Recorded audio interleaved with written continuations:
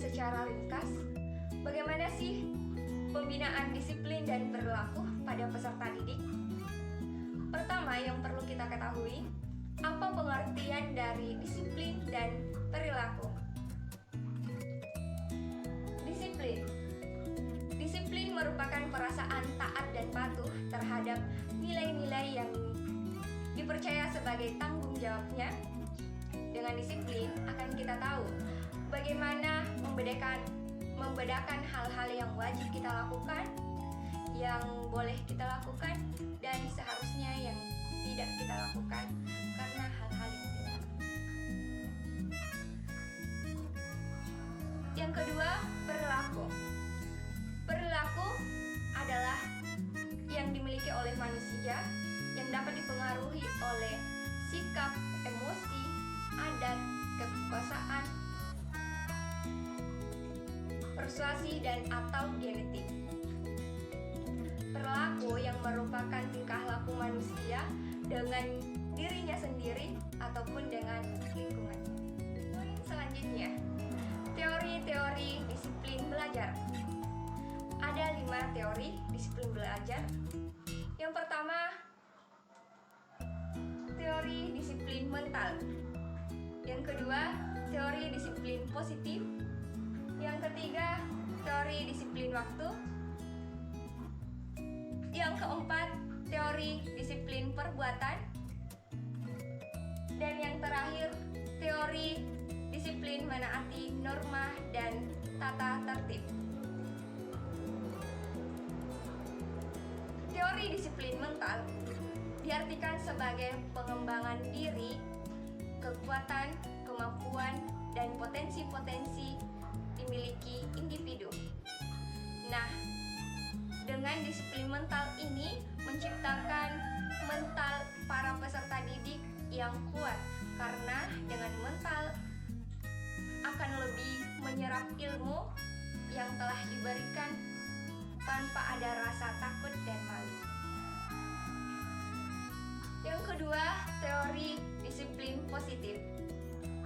Penerapan disiplin positif ini, anak diajarkan untuk memahami konsekuensi dan perilaku mereka, di mana disiplin positif adalah bentuk pemberian konsekuensi yang mendidik tanpa ada kekerasan, teriakan, atau hukuman.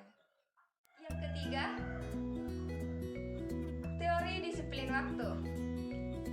Dapat disimpulkan bahwa disiplin waktu adalah sikap kita untuk taat terhadap waktu yang telah ditentukan dan bagaimana sikap menghargai waktu orang lain. Yang keempat, teori disiplin perbuatan. Teori ini berarti bahwa peserta didik patuh dan tidak melanggar peraturan yang berlaku, serta bertingkah laku yang menyenangkan terhadap teman-teman lainnya dan tidak mengganggu orang lain. Dan yang terakhir, teori disiplin menaati norma dan tata tertib. Teori ini lebih mengikuti bagaimana menaati peraturan, nilai-nilai, dan hukum yang berlaku di masyarakat.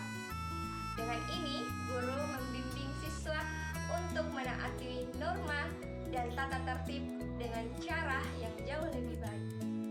Nah, pertanyaannya, apakah pembinaan disiplin dan perilaku pada anak itu penting? Ya, sangat penting. Kedisiplinan anak sangat penting dalam pembangunan sebuah karakter pada anak. Ketika memasuki kehidupan sekolah, di mana mereka harus bangun pagi dan tepat masuk sekolah. Kedisiplinan itu sangat diperlukan. Bayangkan jika kedisiplinan anak tidak ada, dia akan masuk jam karet, pergi sesuka hati, masuk sesuka hati, gondrong, pakaian acak-acakan, dan lain-lain. Mungkin ada yang berpendapat bahwa pakaian dan rambut tidak ada hubungannya dengan akademik. Toh mereka pintar-pintar saja. Ya, saya tahu. Akan tetapi, dengan pembinaan kedisiplinan itu untuk persiapan kehidupan yang nyata, kehidupan masa depan mereka, di mana nantinya mereka akan bekerja yang membutuhkan kedisiplinan seperti masuk tepat waktu, pakaian rapi, rambut rapi, dan lain-lain. Pertanyaan selanjutnya, bagaimana bagi siswa yang melanggar tata tertib sekolah, seperti terlambat masuk sekolah, sering bolos, dan lain-lain? Apakah diberikan hukuman atau pembinaan khusus lainnya? Untuk menjawab semua itu, simak di video selanjutnya.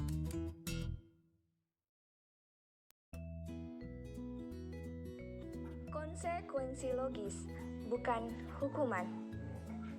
Bagi siswa yang melanggar tata tertib sekolah, seharusnya dilakukan konsekuensi logis, bukan punishment atau hukuman.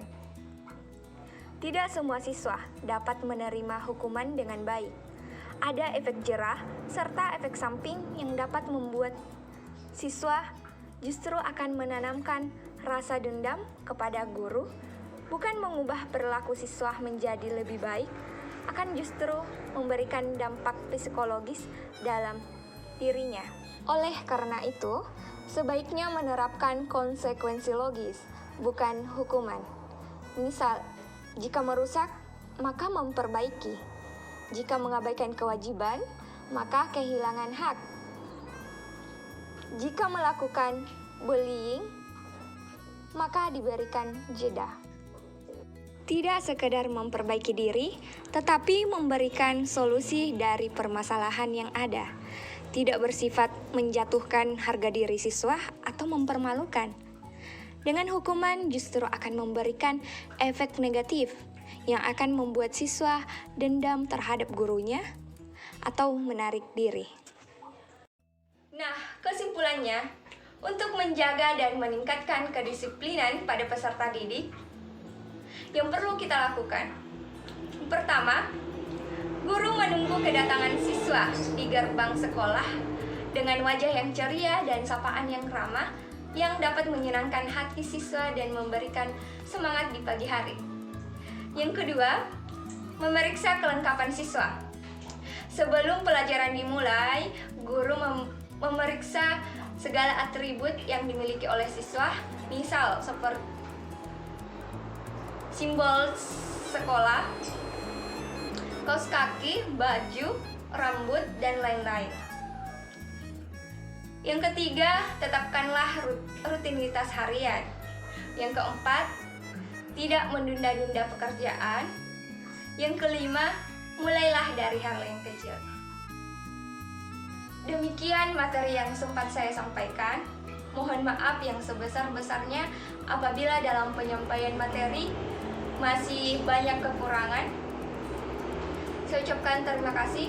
Wabillahi taufiq wal hidayah. Wassalamualaikum warahmatullahi wabarakatuh.